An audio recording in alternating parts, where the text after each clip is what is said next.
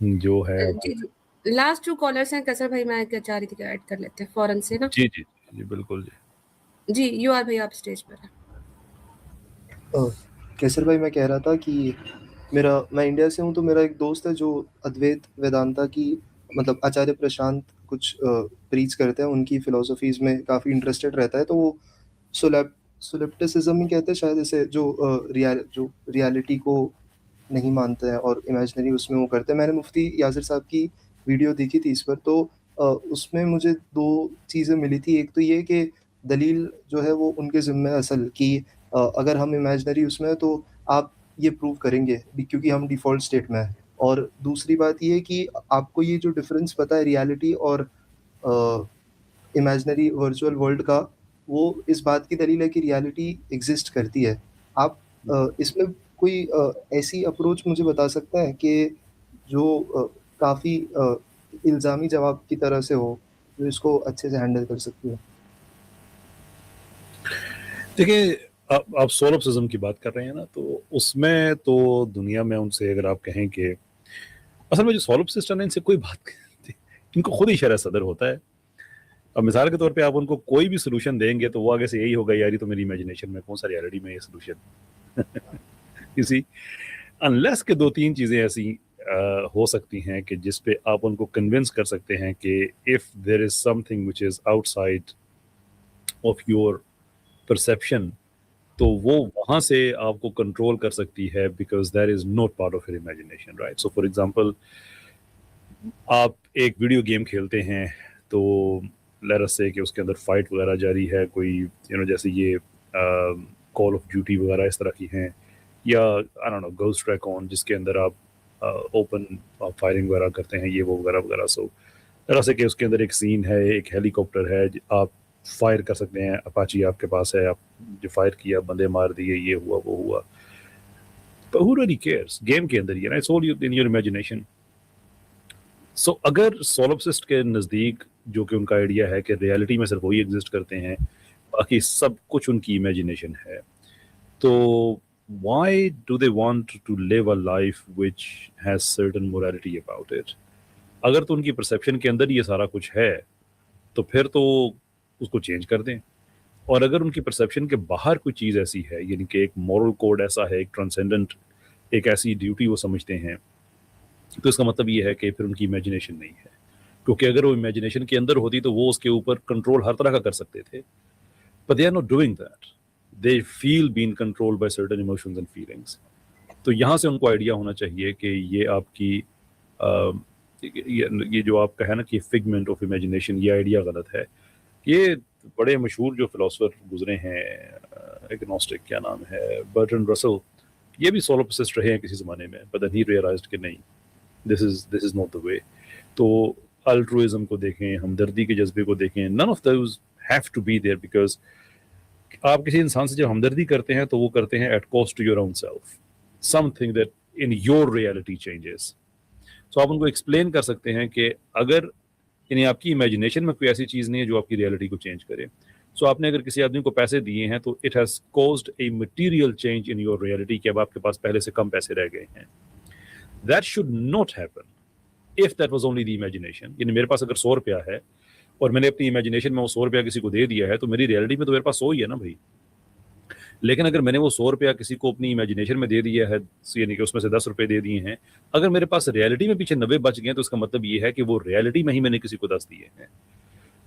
You always look out for other people at some type of personal cost. वो emotional cost हो सकती है, financial cost हो सकती है, और any other form of cost हो सकती है। दैट इज द एविडेंस कि सारा कुछ जो हो रहा है ये रियलिटी में हो रहा है। अनदर पावरफुल आर्गुमेंट जो आप उनको दे सकते हैं कि ये जो आपने हिंदी के थोड़े मुश्किल अल्फाज बताए, यकीन नामर भाई ने समझ लिए होंगे, आप नो आइडिया वो आप क्या कह रहे थे, बट आई अंडरस्टैंड कि शायद कोई सर्टन स्कूल ऑफ थॉट है जिन्होंने उनको कन्विंस किया। So here is the question, अगर हर चीज उनकी जात के अलावा इमेजिनेशन ही है, देन इट नेसेसरली फॉलोज कि जिस स्कूल ऑफ थॉट ने उनको कन्विंस किया है वो भी उनकी इमेजिनेशन में ही है, इट्स नॉट बियॉन्ड दैट। तो फिर वो क्यों उसको रियलिटी समझ के बाकी सब चीजों को इमेजिनेशन समझ रहे हैं, जबकि वो भी उनकी इमेजिनेशन के अंदर ही है, यू नो। इसके ऊपर एक बड़ी जबरदस्त बात एक फिलोसफर गुजरे हैं, क्रिश्चियन फिलोसफर एल्विन प्लानिगा, बड़ी वो बड़ा हाई क्लास थिंकर वो आदमी थे। उन्होंने अपनी ज़िंदगी का एक वाक़या बताया है। कहते हैं कि मेरे एक टीचर थे, वो सोलिपिसिस्ट थे वो भी। तो उनके नज़दीक की जो कुछ था ना, जो जॉब करते थे, हम सब सारा इमेजिनेशन ही थी। तो मैं एक दिन उनसे मिलने के लिए गया, तो उन्होंने मुझसे बात की, मेरी बात सुनी, जो भी इशू था वो हमने डिस्कस किया। मुझे उन्होंने ग़ालिबन चाय भी पिलाई, ये वो वगैरह वगैरह। तो कहते हैं कि मैं उनकी इस बात से बहुत मुतासर हुआ कि उन्होंने एक ऐसे आदमी की इतनी खिदमत की है जो सिर्फ उनकी इमेजिनेशन में है। तो it's a very good way of putting it. तो ये 2-3 चीज़ें आप उनके सामने रखें कि आपकी रियलिटी आपकी इमेजिनेशन की वजह से चेंज नहीं होगी। एट द सेम टाइम जिस स्कूल ऑफ थॉट से आप मुतासर हुए हैं, अगर वो भी आपकी इमेजिनेशन में ही है, which by the rule of solipsism होना चाहिए, उसके बाहर वो एग्जिस्ट नहीं कर सकता। क्योंकि अगर वो एग्जिस्ट करेगा तो सोलोपिसिज्म गलत है। अगर उनके इमेजिनेशन के अंदर ही एग्जिस्ट करता है, then there is no reason to listen to them, because that is already part of the game that you have created, कि आपने अपनी मैट्रिक्स के अंदर ही एक सिस्टम बना लिया है। तो this hopefully should have truth. जी, जज़ाकल्लाह। अच्छा, यूआर भाई, कैसर भाई इजाज़त है एक बात चूँकि उन्होंने जी, जी, अद्वैत के बारे में। अच्छा यूआर भाई, आपने कहा कि वो अद्वैत वेदांत जो है उस स्कूल ऑफ थॉट से काफ़ी ज़्यादा इम्प्रेस हुए, ये आपने बोला, राइट? जी, मतलब जी। आचार्य प्रशांत की काफ़ी वीडियोज़ देखते हैं, भेजते भी हैं मुझे, तो जी, जी, जी। अच्छा, जी। ठीक है। अच्छा, आचार्य प्रशांत तो आज हैं। अद्वैत वेदांता के जो फाउंडर थे ना, स्वामी आदि शंकराचार्य जी, जी। आपके इल्म में है। उनके मुतल्लिक आज सनातन धर्म के मानने वालों में ये है कि ये फर्जी किस्म का विचारधारा खड़ी की गई थी अद्वैत वेदांता सिर्फ बौद्ध और जैनियों को टैकल करने के लिए। पता है आपको? ये इतिहास है। अच्छा। हाँ, यानी आप ये समझ लें कि जो सोलिपिज्म की बात की गई है कि वो जो एक सोलिप्सिस्टिक आदमी होता है, वो ये तासुर लेता है कि वो सेल्फ सेंटर्ड है। जिस चीज को वो ठीक कह रहा है वो ठीक है, जिस चीज को वो गलत कहता है वो गलत है। ये बेस आ गई। आदि शंकर आचार्य जी के मुतालिक ये आता है कि ये जो फिलॉसफी लेके आए थे ये मायावती फिलॉसफी थी। मायावती फिलॉसफी का मतलब होता है झूठ। ये झूठ था, धोखा था। ये इनके अपने शास्त्रों में लिखा हुआ है। श्रीमद् भागवतम जो किताब है, जिसको महापुराण भागवता पुराण भी कहा जाता है, उसके अंदर एक श्लोक मिलता है जिसमें जो शिव जी होते हैं वो अपनी पत्नी पार्वती के साथ बैठ के बात कर रहे हैं, और बात करके वो कहते हैं कि मैं ना कलयुग के अंदर आऊंगा और एक ब्राह्मण का अवतार लूं, ब्राह्मण के अवतार में आऊंगा, ब्राह्मण बन के आऊंगा, और मायावती फिलॉसफी कहते हैं जो धोखे और फ्रॉड पाखंड की हो, मिथ्या भाषण कहते हैं झूठ बोलना, अपनी तरफ से बातें बनाना।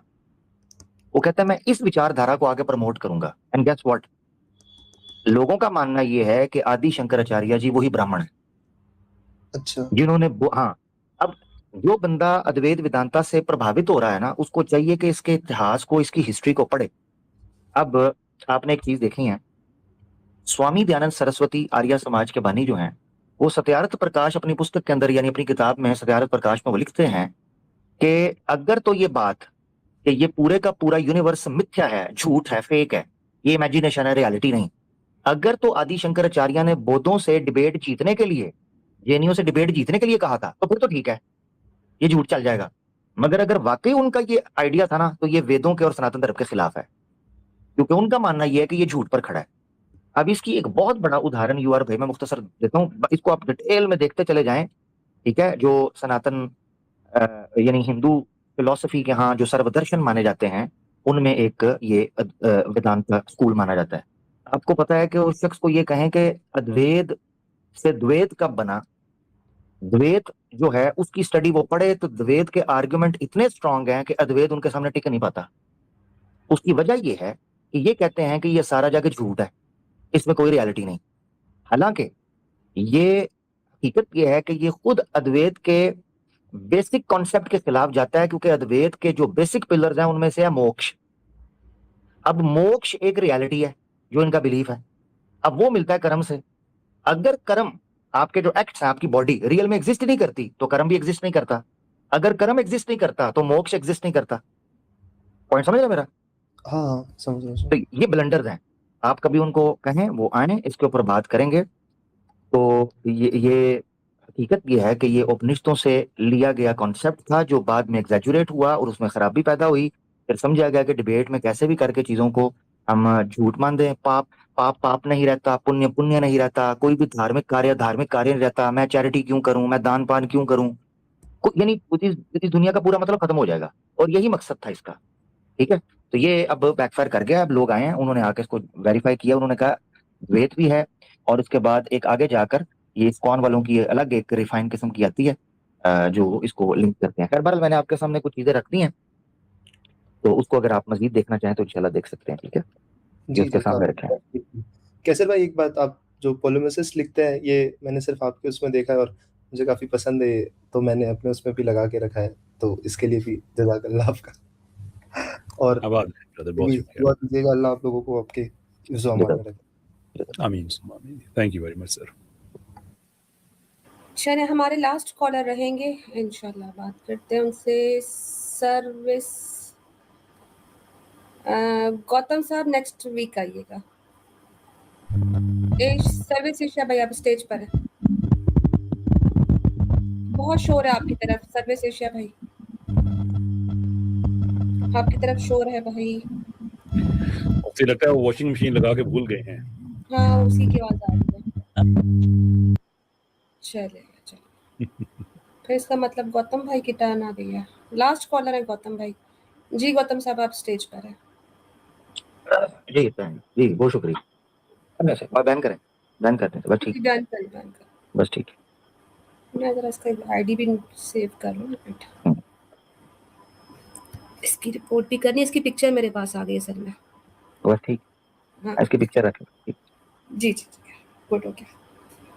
तो ये अच्छा तो ये जब आपसे सवालों चाहिए तो ये था कि इस्लाम के ऊपर एतराज, ये फर्क पता चलता है आपको। खैर कोई नहीं, चलें आगे बढ़ते हैं, पता चलता है कि ये कितने बने हैं।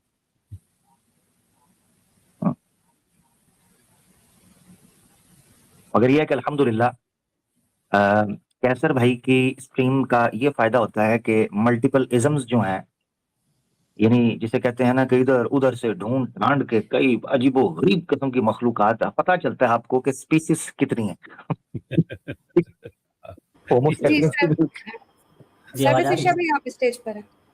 जी जी अस्सलाम वालेकुम आप सभी को, शुक्रिया आपने ऐड किया। वालेकुम एंड मैं अस्सलाम। नॉन मुस्लिम हूँ, तो इजाजत हो तो मेरे कुछ सवाल है, मैं पूछना चाहूंगा आपसे। आप नॉन मुस्लिम हैं? क्या जी रिलीजन जी है आपका सर, या सिस्टम क्या है आपका? जी मैं हिंदू रिलीजन से। आप हिंदू रिलीजन से हैं और आप कुछ सवाल पूछना चाहते हैं। कोई एतराज़ है आपका? नॉर्मली ये होता है कि जो भी इज़्म आपका बेहतर हो इस्लाम के किसी एस्पेक्ट से, तो हम उसको फिर जी जी कंपेयर करते हैं, उसको करते हैं। तो आप वो बता सकते हैं कि जो जी नहीं, कोई प्योर ऐतराज नहीं एक्सप्लेनेशन। है। जनरली जी कुछ बातें इस्लाम से रिलेटेड हैं जो मुझे मतलब थोड़ी डाउटफुल लगती हैं, सो उनके अगर फिलॉसफी थोड़ी क्लियर हो जाए तो मेरे लिए काफ़ी बेहतर रहेगा। श्योर। जी बहुत शुक्रिया। जी एक तो सवाल ये है कि जैसे सारे मुस्लिम स्कॉलर्स ये मानते हैं कि हजरत आदम पहले इंसान थे इस धरती पे, एंड मोस्टली मुस्लिम स्कॉलर इस बात से भी एग्री करते हैं कि जो साइंटिस्ट बिग बैंग की थ्योरी देते हैं उसको भी वो यकीन मान लेते हैं, और वो करीब 14 बिलियन ईयर्स पहले हुई थी। तो एक सवाल ये है कि हजरत आदम 14 बिलियन ईयर्स पहले थे, एंड आज के जो मुसलमान हैं जो अच्छे काम कर रहे हैं या जो मुस्लिम स्कॉलर्स हैं वो भी सपोज अच्छे कामों की वजह से जन्नत में ही जाएंगे। लेकिन अगर कल के दिन कयामत होती है तो हजरत आदम और आज के अच्छे मुसलमानों के बीच में जो ये 14 अरब सालों का जो गैप है, क्योंकि इतने साल हजरत आदम को तो कब्र में रहना पड़ा, लेकिन कयामत अगर कल होती तो आज के जो मुस्लिम स्कॉलर्स हैं उनके लिए तो ये 30 35 40 50 साल का ही एक टाइम इस धरती को उनको बिताना पड़ा ना। तो क्या हजरत आदम के साथ या बाकी प्रॉफिट्स के साथ ये एक इनजस्टिस नहीं होगा कि उनको इतने सालों तक कब्र में वेट करना पड़ा, और आज के जो मुस्लिम स्कॉलर्स हैं वो कुछ अरसों में ही जन्नत के लिए जा सकते हैं? इर्रेस्पेक्टिव कि आपकी जो मैथमेटिकल कैलकुलेशंस हैं ये अनफाउंडेड हैं, क्योंकि इस्लाम में तो ये व्यू नहीं है कि आदम अलैहिस्सलाम 14 अरब साल पहले आए थे, ना जी ही इस्लाम में। आप इनका जवाब दे दें, नीचे रिपोर्ट्स आ रही हैं कि ये ब्लास्फेमर है, तो आप जवाब दे दें इस बात का। जी अच्छा वो सारी मैथ्स ही गलत है। किसने कहा है कि आदम अलैहिस्सलाम 14 अरब साल पहले आए थे? Nobody has made that claim. हाँ, ये एक बात कि कोई इंसान अगर एक दिन पहले फोत हो गया है तो वो एक दिन ज्यादा उसको कब्र में रहना पड़ेगा, तो क्या ये इंसाफ है? ना इंसाफी है? वगैरह वगैरह, ये बातें जो अपनी जगह पे हैं उस पर एक बात की जा सकती है। बहरहाल ये 14 अरब वगैरह वाला तो कोई हमारी कंसेप्शन नहीं है। And the Islamic theological answer is कि जो बरज़ख का वक्त है दैट इज़ नॉट मेजर्ड, जो हमारा ये टाइम है, क्योंकि कब्र और बरज़ख तो अलहदा चीज़ें हैं ना। तो वहाँ पे जो टाइम की कंसेप्शन है that is not same as today, यानी कि क़यामत के, इवन इस दुनिया के हवाले से अगर आप देखें, क़यामत के दिन बहुत से लोग ऐसे हैं कि जो उठेंगे तो उनके लिए लिटरली ऐसा ही है कि उनकी आंख लगी और आंख खुल गई, ओनली दैट मच। कुछ लोग हैं उनके लिए बरज़ख बहुत लंबी चीज़ होगी, because this is something based on what they have done here. At the same time जो कंसेंसस है जनरली सबका ही है कि क़यामत के दिन जब लोगों से पूछा जाएगा कि तुम कितना अरसा ज़मीन में रहे, दुनिया में रहे हो, तो होगा कि एक दिन या शायद उससे भी कुछ कम। Why? Because that would be comparable to that time. तो ये टाइम जो है ये बहुत कम लगेगा। तो इस्लाम में टाइम रिलेटिव है, ये कॉन्सेप्ट तो बिल्कुल इस्लाम में क्लियर है, इवन दो साइंटिफिकली स्पीकिंग हम इसको डिफरेंट तरीके से समझते हैं, लेकिन इस्लाम में जो टाइम की जो नेचर है, it's always relative to a type of people and the geography, which is the reason कि जैसे मिसाल के तौर पे कहा जाता है कि ये बात आपने सुनी होगी कि फजर का वक्त जो है वो ऐसा है कि फरिश्तों की उस वक्त ड्यूटीज़ चेंज होती हैं, लेकिन जब फजर लाहौर में होगी तो जद्दा में उस वक्त तो फजर नहीं हो रही होगी। सो दैट मीन्स के ये फजर जो इस वक्त यहाँ पे हो रही है इस रिलेटिव टू अस, तो यहाँ अब फरिश्तों की वो अपना क्या कहते हैं चेंज है। एट द सेम टाइम जब कहते हैं शब कद्र जो है वो आखिरी ताक रातों में है, तो ज़रूरी तो नहीं है कि ये ताक रात मेलबर्न में होगी वही वाशिंगटन में होगी, या वो तेहरान में होगी, या वो लीबिया के किसी शहर में होगी। तो दैट मीन्स कि रमज़ान का वो जो पैकेज आया है it's relative to that geography, उस पैकेज के अंदर जो आपने, क्योंकि it's relative to the people of that geography. इन 2-3 एग्जांपल्स देने का मतलब ये है कि इस्लाम के अंदर टाइम का रिलेटिव होना हमारे लिए कोई हैरत की बात नहीं है। देयरफॉर बरज़ख का जो टाइम है it would be relative to the people जो वहाँ पे जिसको कब्र नसीब हुई है, वो कब्र के ज़रिए, जिसको नहीं नसीब हुई है बरज़ख तो उसके लिए भी है, तो it would be relative to that person. तो ये मैटर नहीं करेगा कि जिसने इतने दिन यहाँ गुजारे हैं फिर इतने साल के बाद क़यामत आएगी तो वो उतने साल, that is a different time dimension which is not measured in the worldly time जो हमारा यहाँ पे है। इसमें जज़ाकल्लाह कैसर भाई, मैं एक सनातन धर्म के एंगल से, चूंकि भाई ने कहा वो सनातन धर्म से ताल्लुक़ रखते हैं जी जी, और उन्होंने कहा कि वो नॉन मुस्लिम हैं, वो जानना चाहते हैं, तो ये पूछना ये था कि नहीं आमिर भाई इतनी इज्जत ना करे, रिपोर्ट नहीं है, ये भी ब्लास्फेमर है, बस उसके सवाल का जवाब के पब्लिक अच्छा में आ सवाल जाए करो, ताकि- चले मैं सवाल करूँ। तो मैंने पूछना ये था कि साइंटिफिकली स्पीकिंग जो रैंडम फिगर आ रही है ह्यूमन की, वो आती है 3 लाख साल पहले ह्यूमन डिस्कवर होता है। तो ये 1.5 अरब साल पहले 4 वेदें डायनासोर्स के लिए आई थी। ये मैं जरा जानना चाह रहा था कि ये जो 4 वेदें और आपका सनातन धर्म 1.5 अरब साल पहले था, ये डायनासोर के लिए था, उनकी कौन सी क्लास में कौन सी वेद पढ़ाई जाती थी, और जो है पीएचडी लेवल की यजुर्वेद जो है वो कौन से डायनासोर को पढ़ाई जाती थी, ये आपने बताना है, क्योंकि इंसान तो आया 3 लाख साल पहले साइंस के मुताबिक। जी, साइंस के मुताबिक जो रैंडम फिगर आती है। दूसरी चीज मैंने ये पूछनी थी कि ये जो कछुए की आत्मा, जिस बंदे की आत्मा कछुए के अंदर डाली जाती है, वो दुख नहीं करेगी कि मुझे तो आपने 500 सालों के लिए फंसा दिया है, और मच्छर के अंदर जो आत्मा होती है वो चंद दिनों की होती है, तो उसका तो जल्दी जल्दी सर्कल निकल जाता है। तो ये जो कछुए की आत्मा होती है ये कई साल तक फंसी रहती है, और हिंदुस्तान की जो गाय है वो नहीं चीखती होगी कि मुझे भी जल्दी जल्दी अगले जन्म में भेजो, मुझे आपने जानवर बना दिया हुआ है। और जो पाकिस्तान और मुस्लिम ममालिकों की गाय है वो तो बड़ी खुश होती होगी कि फटाफट मुझे काटते हैं, खाते हैं, मैं अगले जन्म में निकल जाती हूँ, अच्छे अच्छे काम करती हूँ। तो ये कितनी नाइंसाफी है उन जानवरों के साथ जिनकी लंबी उम्रें हैं, उनमें जो आत्माएं फंसी हैं, वो कितनी नाइंसाफी है उनके साथ, ये दुख की बात है कि नहीं? तो इसका कुछ समाधान कीजिए, पहले उन आत्माओं की फिक्र कीजिए। एक और चीज पूछनी थी कि ये जो अगली आत्माएं आनी है जो स्टैंड बाय पे खड़ी हैं, ये कितने खरबों साल से खड़ी हैं जिन आत्माओं ने अगले शरीरों में आना है? ये कितनी ज्यादती है कि वो जो स्टार्टिंग की आत्माएं वो तो फौरन आ गई, मगर जो क़यामत के करीब या आपके बकौल जो दुनिया के आखिर में आत्माएं आएंगी वो कितनी देर से स्टैंड बाय पे खड़ी हैं? जल्दी कीजिए, वापस जाइए और उनका कुछ समाधान कीजिए। Thank you. और अमर भाई वो छोटे बच्चे जो हजारों लाखों साल वेट करके आके इस दुनिया में एक दिन के बाद उनकी डेथ हो जाती है और फिर वो फॉर अ लॉन्ग टाइम दोबारा इंतजार में चले जाते हैं, वो भी सोचते होंगे ना यार क्या इतनी सी बात की, जस्ट लिटरली। बिल्कुल बिल्कुल। अब देखें, ये कहते हैं कि ये कर्म भोग है, ये जो जीवन होता है जिसमें दुनिया में आते हैं, ये कितने छोटे बच्चे जो हैं वो जन्म से ही मर जाते हैं, वो तो जल्दी चले जाते हैं। अच्छा, नंबर 1। दूसरा, उनको तो कर्म का मौका ही नहीं मिलता, वो कर्म कर ही ना पाएंगे तो आगे क्या भोगेंगे? तो कितनी ज्यादती है। वो नहीं कहेंगे वापस जाके कि ईश्वर तूने तो हमें मोहलत भी नहीं दी कि हमको अच्छे काम करते और ज्यादा बेहतर होते। ये बड़ी समस्या है ना प्यारे भाई, का ख्याल करें। चले जबरदस्त हो गया। रैप अप करें उख्ती। आज का प्रोग्राम जो है वो यहीं पे समाप्त होता है। मैं तो बस छुट्टी लेती हूँ। कैसर भाई आपसे बहुत बहुत शुक्रिया, जज़ाकल्लाह मौका देने के लिए। खत्म मुफ्ती सब खत्म कर रहे हैं, बस आप दोनों की मौजूदगी में बहुत खत्म शुक्रिया कर अदा दें जी। खत्म कर जी, दें ये बस मैं सर आपके अपने शुक्रिया में आप दोनों का शुक्रिया शामिल करना चाहूँगा ना, जो जज़ाक हमारे जो क्या कहते हैं ग्राउंड के हमारे जो सोल्जर्स हैं, जो मॉडरेटर्स हैं, जो मुसलसल कमेंट्स एक-एक कमेंट पे नज़र रखते हैं, और कितना यानी कि एक्स्ट्राऑर्डिनरी काम है कि कोई आदमी उसमें ब्लास्फेमी की बात ना करे, फ़िरकावारियत की बात ना करे, फ़िक़ही मसाइल ना छेड़े, और वो मुसलसल कमेंट्स के अंदर वो लगे हुए होते हैं। So much respect for brothers and sisters there, और बहुत-बहुत शुक्रिया ऑडियंस का जो बर वक़्त इंटेलिजेंस प्रोवाइड करते हैं कि ये आदमी ब्लास्फेमर है या ये नहीं है। ऑब्वियसली हम हर बंदे पे नज़र नहीं रख सकते, लेकिन आप मुख्तलिफ स्पेसेस में जाते हैं, सॉरी स्ट्रीम्स में जाते हैं और उनकी बातें सुनते हैं, एंड इतनी शार्प तरीके से यहाँ पे आके बर वक्त ये इंटेलिजेंस प्रोवाइड करना, ट्रूली ये हम सब की एक ऐसी महफिल है कि जिसमें हम सब ये कॉज पे लगे हुए हैं डिफरेंट कैपेसिटीज़ में। अल्लाह अज़्ज़ा वजल आप सबको बहुत जज़ाए खैर दे, बहुत आबाद रखे। इंशाअल्लाह अज़ीज़ मुलाकात आपसे होती है next week. Until that time, अस्सलाम वालेकुम व रहमतुल्लाहि व बरकातहू। वालेकुम